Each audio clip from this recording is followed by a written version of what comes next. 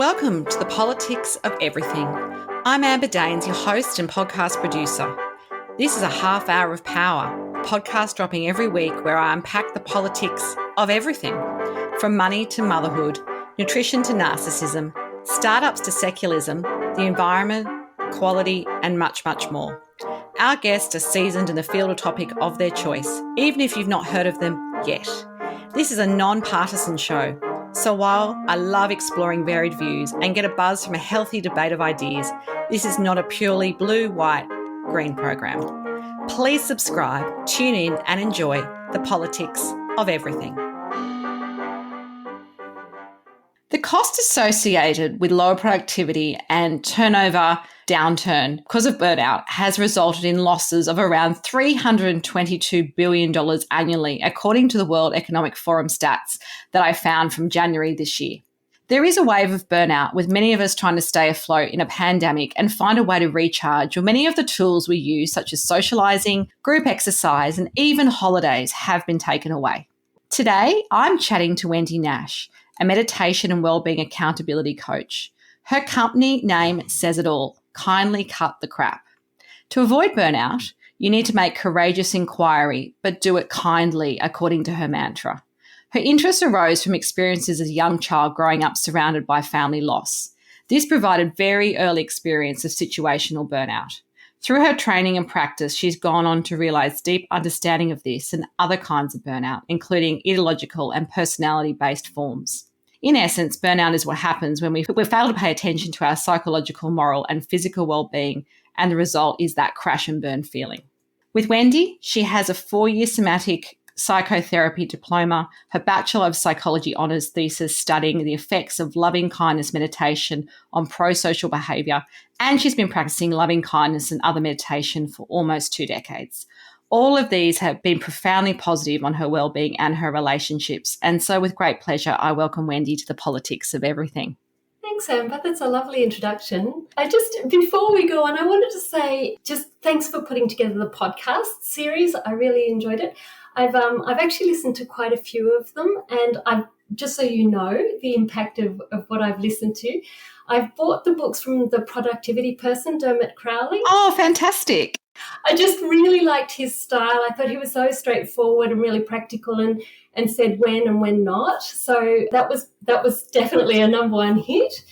I also really liked Hayley Dutton's conversations about dignity, self-worth and confidence for the refugees, and how to seem like you have self-worth in the eyes of society when you have lost everything, your family, your money, your status, and how important that is for people who've just lost everything. So I really appreciated that interview. And I also think about Holly Ransom and her sort of mantra about change, that if you walk by, it says that you tacitly agree with it. And I think about that. I live in a moderately low income area. And so I think about that and what's my responsibility to change. So I just wanted to say how much I've appreciated that, your skill and experience. And I wanted to say thank you for including me in your project and for putting together the show and making a change. You know, you've already made a change to me, so there you go. Excellent. Well, thank you so much. That is so different to usually how the podcast chat starts. I'm usually the one asking questions and making big statements, so I really appreciate that feedback. So talking to young Wendy, did you have a childhood career ambition, and what was that, and did you end up doing it in any way, shape or form? So not really. So when I was about 10 years old, I wanted to be a truckie. So there was a truckie strike at that time, and the driver being interviewed, big handlebar moustache, it must have been 1975 or something, and he just talked about how he was always moving between Sydney, Brisbane and Melbourne and seeing things, how things would drip and seeing different things all the time, and he just... And so there was something inside of me that was really appreciative of that idea of always moving and seeing something different all the time. So I didn't become a truckie, but I did at one stage. I can let you know that later. But I did accidentally gain a driver's license for driving a tank. But that was actually just a mistake to do with translation. Oh, wow. I was very sorry when I discovered hilarious. that I could no longer drive a tank because I'd missed my opportunity. So, but Oh, that's unfortunately, just crazy. just because of my early life, and it's as you said in the intro, there was a bit of family loss. My education was quite a calamity. I'd actually been by third grade, I'd been in three completely different forms of school. So I've been in private schools, in alternative and public school. So I actually got really far behind and I never caught up. My parents were not the sort of hands-on people making sure that we did our homework. We wanted to watch TV a lot. And so so we'd go, have we done it? Can we watch TV? Have you done your homework? Yep. And so that was the level of engagement. And so we actually fell really far behind my brothers as well. And I just daydreamed. That was my escape in life. Oh my goodness. Well, that's an interesting start to life. So obviously as you've come to the expertise that you're sharing with us today, how would you define burnout? And how do you know if you're actually burnt out enough to really make that change? Or you're just having like a stressful week, a year, if you're in the middle of COVID? Like, how do you know that's not just a short-term thing that you might just need to recharge in short bursts, as opposed to you're actually burnt out and we really need to recalibrate here? Yeah, so burnout is a cumulative thing. So it's when your body and mind collapse from going against yourself for a chronic period. And it's really about our own tendency to dismiss a voice that really needs to be heard. And often it's really because we are overly positive. I know that it's important to think positively, but there's a time when that becomes a problem and we have these chronic sayings of, oh, I'll just push through, or, oh, they didn't really mean that. So if we're in a bad relationship, oh, it's not that bad, or I'll just get over it. And all these actually cause quite a lot of problems because if you do it over a long period of time, you're really not listening to yourself. So just to go into a little bit about what is burnout. So the main psychology researchers are Christina Maslach and Michael Leiter, who studied North American organizations. And so that's come out of the org psych field, and they focus on behaviors such as exhaustion, cynicism, and inefficacy, or that sense of being powerless to change the situation. I actually see it slightly differently, and it's actually sort of more a result of how our identity as a good person becomes compromised over a long period of time. So we can't match our identity with our behaviors. So the first form of burnout is one called moral injury. And this has come through on the idealistic fields like being a soldier or in the medical profession, where the organization wants you to work in a way that you feel is immoral or unethical. And in a corporate setting, which is I think probably where most of your listeners are at, basically it's that you might have to sack people but feel that that's not right or that's not your role, and you're having to make these really big changes in people's lives, and that's really not who you want to see, not how you want to see yourself. So your identity as a moral person is really questioned.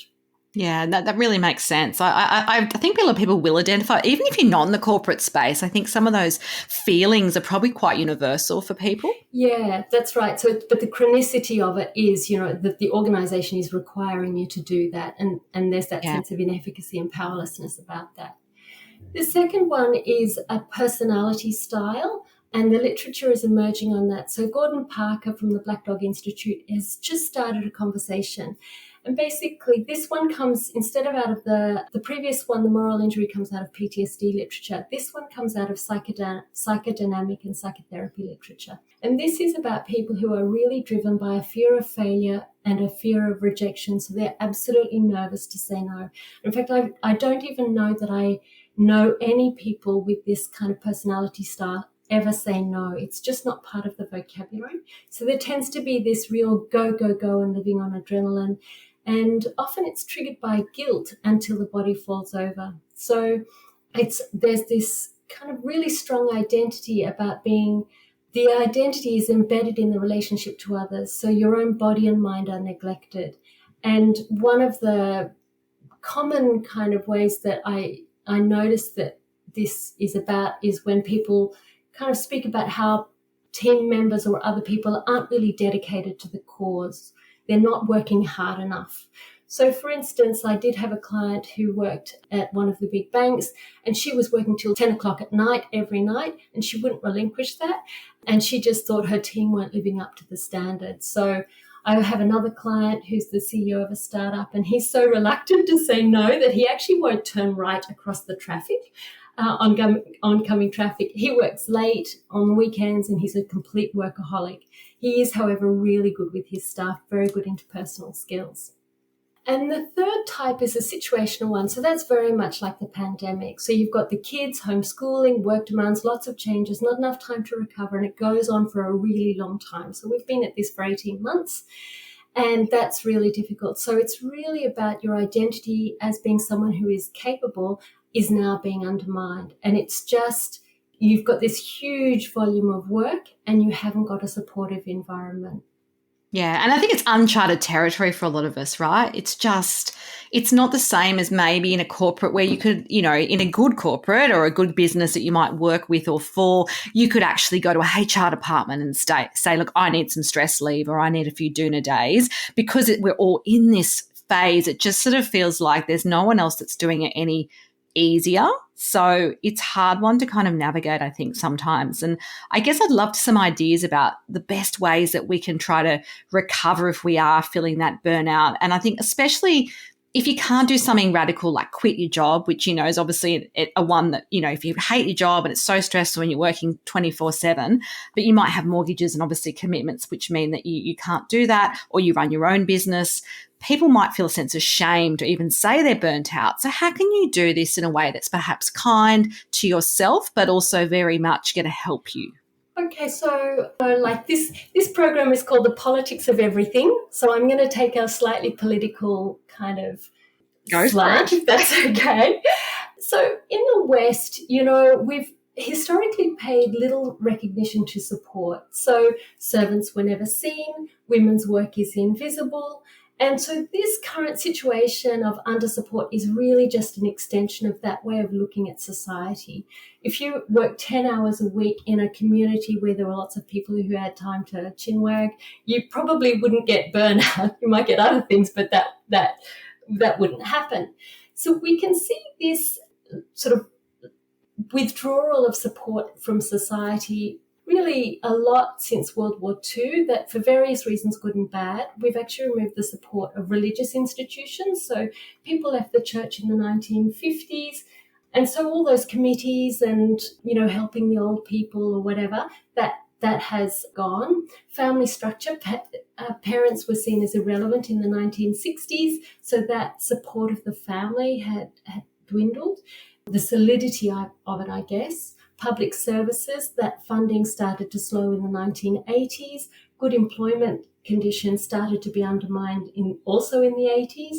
And then affordable housing, a crisis since the 1990s. Welfare payments have become much more withdrawn and well below the poverty line at this point. And so if you've got a situation where, and now, of course, with technology, you actually don't even have physical interactions with people and friends. So you can't go to the HR department because, you don't actually have contact with those people anymore. That's right. It's so you sort of feel like you're swimming without a life raft sometimes. Exactly. And so we actually have created an alienating society. So if you aren't burnt out, it's kind of a miracle because really we've withdrawn everything that makes us connected to other people. So if you want to recover from burnout as quickly as possible, here are some things to reflect on, I guess. So the first thing is to ask for help. I think really that is the most important. I'm not saying that as a life coach. I'm really saying if you want to put it out to Facebook and say it's all falling apart, or if you want to reach out to professionals or friends or family, whoever it is, just absolutely say that you need help. I think that is actually the most important. Another part is to care for the body. So those ordinary boring things like going to bed on time, doing exercise 3 times a week, drinking 2 liters of water a day, those things are really, really important. I like to put 4 mugs of water on my desk in the morning, and then I've got 1 liter done by the time lunchtime arrives. And so then I put another 4 in the afternoon, and then I've drunk 2 liters of water, and that just keeps me feeling like I'm not in a desert. Really important to stay hydrated. I think also when we're very sedentary at the moment, working at our desk, maybe longer hours or not, not commuting and doing all the things we usually do where we might think about stopping to replenish ourselves, just a bit of self-care like that is really important and can really change your whole headspace. Absolutely. And so another way of looking at that replenishment is to start at look at what's coming in. So I think, when you're feeling really depleted, it's like, oh my God, I can't give anything else anymore.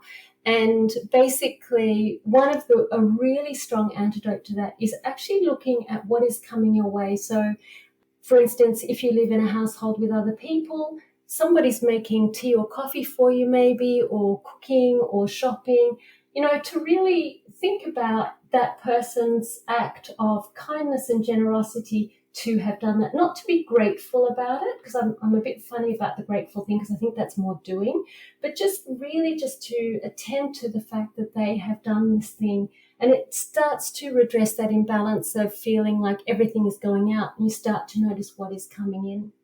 And another thing which is, I think, really good for problem solving is, so I do the Couch to 5K. I do it 3 times a week. I've got it on my app and I only need my trainer. So that's my thing.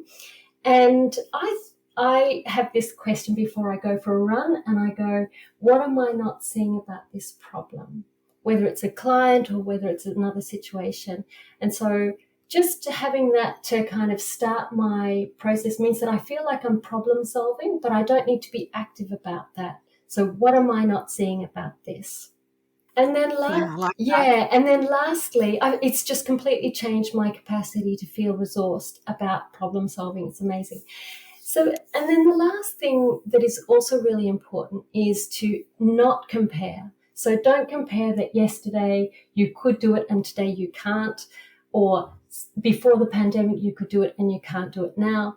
And don't compare to how others are doing it. So in social media land, it's really easy to get caught up in passive scrolling and just think, but they've got their act together. Maybe they do, maybe they don't. You don't really know how anybody else is doing. So just try and relinquish the habit of comparing, definitely. It's really great and simple to do advice, because I think sometimes, obviously, if you're burnt out, you are feeling overwhelmed, and making massive changes is probably the hardest thing to do, even if you are at that breaking point. I love your business name, Kindly Cut the Crap. Why does that name strike for you? Like what made you name yourself something so bold, and how can you leverage that into what you do to help your clients, no matter who they are? So I am bold, actually. So I thought a long time what to call the business, and I am a very direct and plain speaking person. I like to make it small thing, like that, the hot water. I just like to make small things and make it simple. So it's really about cutting the crap. But I don't want it. I found it quite a harsh thing. It's cut the crap. It's quite a hard, bold statement, as you said before. So I put the kindly at the front of it just to soften it. But it also means please, and it also means to be kind. So basically my thinking was that if you want it to be different, you need to change. But to change, you have to be honest with yourself. You have to remove what is excessive. But the most important thing is to be kind. Like, it's really, really central to be kind. And so when I talk about kindness, this is the kind of image that I think about. When I was 21, I had a 21st birthday party, and I had a croque bush. I don't know if you remember those cakes there. Oh, I remember those. I'm probably of a similar vintage, so there you go. There'd be a whole generation going, what is that? So it's a huge cake, about maybe, 40 centimetres tall. Yeah, the taller the better. It's almost like a Christmas tree of cake. I used to just remember the shape of it. Very impressive. It's little profiterole balls stuffed with custard, and then it's got these kind of caramel things on it. And it's in a sort of an Eiffel Tower shape. And so I collected it from the patisserie, and somebody else was driving, and so I needed to sit there, drive. So my brother had to drive slowly, carefully, just going around the corners, making sure it wasn't going too bumpy. And I needed to make sure that the cake was held in a position where it wasn't where it was secure, but I also needed to be a little bit relaxed about it. Like if I had been really tight and holding it on, then it would have just, the minute we swerved around a corner or hit a pothole or whatever it was, then that would have caused problems. So there's something about being really respectful of the situation and authentic and calm and just attending to what is there, but just be nice, be nice to yourself, be kind to ourselves. So that's what it is. Well, when does burnout usually hit people hardest? In your experience, is there a peak in terms of your age and life cycle? Like I think about my own personal situation. I'm definitely in that sandwich generation, aging parents, children that still live at home and rely on me and they're sort of still young and can't be too independent, peak mortgage, peak business career cycle, lots going on. I could definitely see myself having a burnout at some point. I'm sure I have and sort of, not recognized it till later. But can it happen earlier and later in life, even if you are perhaps not as compressed and compacted in all the things that you're trying to do? Yeah, so I think it varies according to the form of burnout. So the moral injury one, where your morals are compromised, it's really when there's been a lot of emotional investment in being a good guy and you now realize you're the bad guy. So it's about your own emotional investment in your own moral world and what the organization is requesting for you to do, how you have to go against that. So it's the sort of chronicity of that. So it might be that you're a soldier and you've been there for a year, which isn't a very long time. You might be quite young, but nonetheless, you're sort of realizing that you could be 22, but there is sort of the reason why you joined the armed forces isn't what you're going to do. So that's one. So you can be quite young. The personality style. My observation is that people tend to be in their late 30s. They start to get these systemic autoimmune diseases like skin diseases. They need to be hospitalized. Or by the time they get to their 40s, they've got rheumatoid arthritis. And often I see them in the meditation classes when they're in lots of pain. They're usually overweight. So the knees, heart and thyroid are also having problems. So that tends to be more in the 40s and 50s.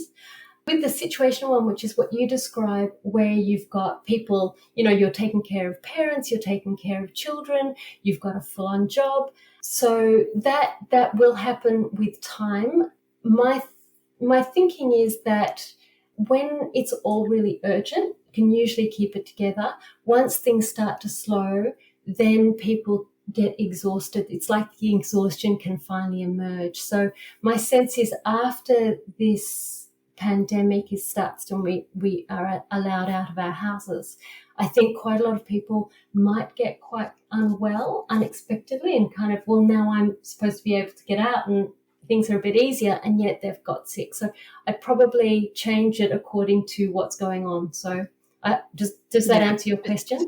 It does. I think it's just being aware of it too when it's happening for you. And like you say, it may surprise you. It may not be, like you say, people feel like, oh, I just would be so much happier or I'd feel less exhausted if I could just get back out there. But because we haven't done it for a long time, I think, like you say, it might be surprised us how challenging that might feel for a lot of people as well who've got used to this cocooned world in many ways of just your own immediate family or living on your own as well.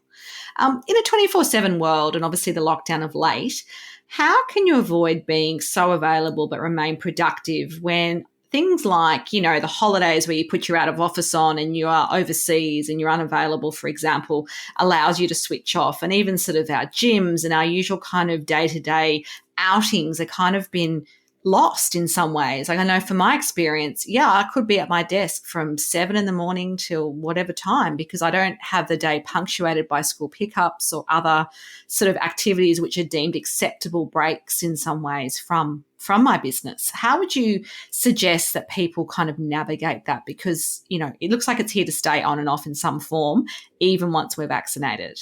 Yeah, so I think my phone has a bedtime setting on the phone, and I think there are quite a lot of browsers and softwares which sort of turn off work. So I would say use the devices and turn them off.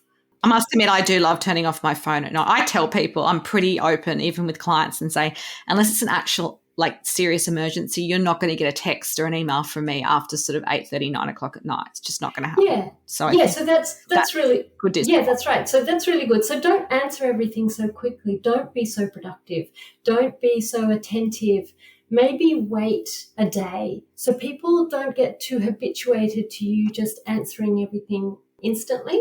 I think, I was thinking about, because it's school holidays now. I think it's school holidays now. It Yeah. is school holidays. Oh gosh, it's only halfway through week Right. one. But it doesn't feel wildly different because I think, well, I'm in New South Wales, they've introduced these kind of play date bubbles, but even that, it comes with layers of nuance and difficulty for some people. Yeah, it does seem to vary when how old the kids are and how much agency they have and all that sort of stuff. Exactly. And how many Yeah. kids there are. But I think in terms of just lowering the standards at home, I think I'm hoping this is going to be the last school holidays where we're really locked in. So I think there does need to be that thing where you might have to work, or perhaps you can take leave from work. That's also another one. One of my little tricks is actually to schedule meetings for 45 minutes long, so you get a 15-minute break between meetings, so you're not going right back to back. So that's another way of just being able to get a couple of things done between meetings, so it's not quite so backlogged at the end of the day. And my big thing is just really reach out for support networks as much as possible. Fundamentally, if you've got kids and you've got a lot of domestic responsibilities, you actually can't be productive when you've got a lot of split attention. So I think there is this kindness thing is really important. So give yourself some slack. You're not a machine. Not even machines work all the day and all the time without being recharged or having updates. So, you're only human. So definitely there. Cut yourself some slack. We have touched on this about parents burning out, and there's been a whole sort of raft of media around that. I guess it's about educating ourselves to do this with kindness. And I think in many ways, our employers, if you are employed by somebody else, or even your clients, if you are self-employed, allowing ourselves those kind of reality checks. Like, for example, I've just done a whole term again of homeschooling 2 children aged 8 and 12. But just because I can work from home, the idea that, yes, I'm on a Zoom and they're on their Zoom, and so let's be fully productive all day is not that realistic, even if my husband and I are both juggling that, because you might be in middle management and you are required to be attending to staff during those working hours. How would we shift some of that thinking? Because, we're almost 2 years into this pandemic. How do we make sure that we can educate, I guess, everybody about the benefits of more kindness to preventing that kind of burnout, just that day-to-day burnout, really? Yeah, so I've got a couple of things about that. I think that when it comes to educating, for instance, businesses, it was Are You OK Day the other day, and I got quite a lot of feedback from a few people because I posted something which says, yes, reach out to your employer. And when I looked at my own experience with people, my observation is whatever you do, don't reach out to your employer. It just backfires. It would be really lovely if HR teams and directors and managers were warm and supportive, but I really just think that they're all overwhelmed, and that isn't actually a big thing. And so the Are You OK Day it turns out it's actually become another form of bullying. So there's clearly a lot more work to be done there. My personal thing is you need to really reach out. So as you know, I became interested in burnout because of my early life. It is a different era because it's the late 1960s, but I think the circumstances are similar enough to the pandemic that I thought it'd be useful to talk about it. Absolutely. Yeah, so my younger sister was born with a terminal illness in the late 1960s. My father worked at the other end of Sydney, and we had no relatives here. So they arrived in 1964, and this is 1967. So my mother had 4 children under the age of 5, and the youngest was dying. And that went on for 18 months, and it was a complete roller coaster. And we were on the outskirts of Sydney, and we were building a house. So I can't tell you how chaotic and full on it was. That's the perfect storm of just burnout in a bucket there. So 3 weeks after my sister died, my mother's father, who she adored, he died of emphysema. A year or so later, her mother became ill with breast cancer. And some other time in about that period, my other grandfather died in England. So then about 4 years after that, my father became terminally ill. So talk about a lot to manage over a long period of time and a lot of burnout. So my mother's a very active person. She goes singing and she loves tennis, and she really engaged in a lot of those committees and everything. And she started work as soon as she could, but what she didn't do is she never sought psychological support. So I really, when I think back about where is the sort of biggest challenge with her in all her relationships across the board, is that she could never own that she needed help, and she could never reach out to anybody. She was so afraid to not see herself as capable. So I think really that asking for help is about being kind to yourself so you can be kind to others. So in terms of educating yourself with employers, I can only say to employers that, if you're a CEO or you're a manager, reach out to staff and offer support. But I would never, if I was floundering, I wouldn't go to my manager and say, I can't cope. I just think that's going to backfire. So we are talking a political sort of thing on this show. So there is a federal election next year, and only one of the parties is actually offering to increase the amount of childcare support. So I think that's really important. Yeah, so I think that's what I would say. I mean, it was pretty intense for a long time. You can see why I failed school. So it was pretty intense. There's a lot going on. There's a lot going on.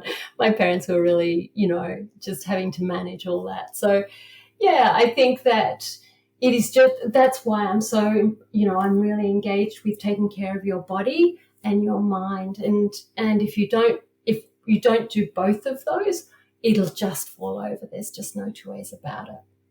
Absolutely. Who've been your greatest mentors? Is there one or two that come to mind, and what have they taught you? So I have two. My father died in England. It's a bit of a complicated story. I think having seen all these family members die and he then became ill, he really saw how awful it was for the carers. So one day we came home from school to find that he'd written us letters saying goodbye. And this is 1980, so this is before we could track anybody. You couldn't find people in those days.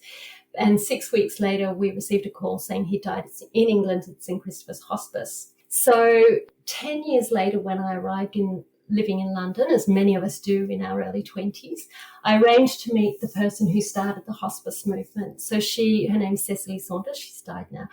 When I met her, I thought she was about 50 or 60, but turns out that a relative of my mother's had actually known her when she was a young woman 30 years earlier. So she was actually in her 80s when I met her, and she looked to me like 50 or 60. And so that was, quite remarkable.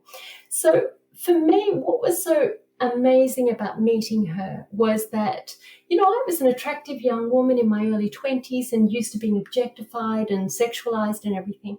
But she looked at me in a completely different way. So she saw my soul very much in distress, but she couldn't see the skin and bones. It's really a really different way of being seen. And I realized that seeing a person's soul means that that's when they are seen. And she was such an interesting person, because she was strong, but she wasn't hard. And she was compassionate, but she wasn't cloying. So kind of all these contradictions. She really helped me to understand that there's a way of seeing people that can change them fundamentally. And so I kind of always have her in my mind about, so what does it mean to see a person? And can I guess, see a person better? And the other person is associated with my partner. And basically, I think you've heard of Eckhart Tolle, somebody else. Yes. Yeah.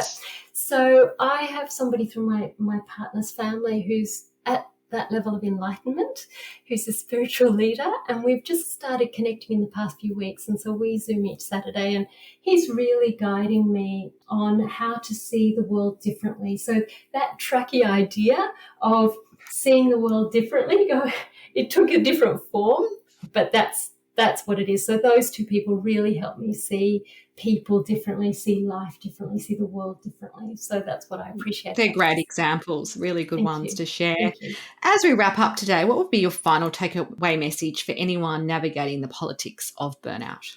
Really, if you want it to be different, you're going to have to change. And you really need to just get support. So for practical ideas, see a life coach. For psychological support, get counselling. Like there's an organisation called Rough Patch in Sydney. They're really good. For marriage support, see a couples counsellor. For personality support, you've got that personality style, which is enduring character. Or for moral injury, where there's a bit of trauma, you really need to see a psychodynamic psychotherapist. So, this pandemic will absolutely have long-term psychological wear and tear. There will be an effect on your relationships. And, if you see somebody with some sort of psychological support, you can really nip that in the bud to sort of reduce the negative side of it and make it a positive. That's been some fantastic and very well-timed advice, I think, for lots of people. And if you do want to connect further with Wendy Nash, there will be some details on the show notes. Until next time, keep well. Thanks so much for listening today. If you've enjoyed the politics of everything, I thrive on your feedback. So please add a short review and share the podcast with your network through Apple, Spotify, and all the usual suspects. I'm always on the hunt for new and diverse guests, so if you or someone you know has a fresh idea you're busting to get out there, please email me at amber@amberdanes.com and my crew will get back to you very soon.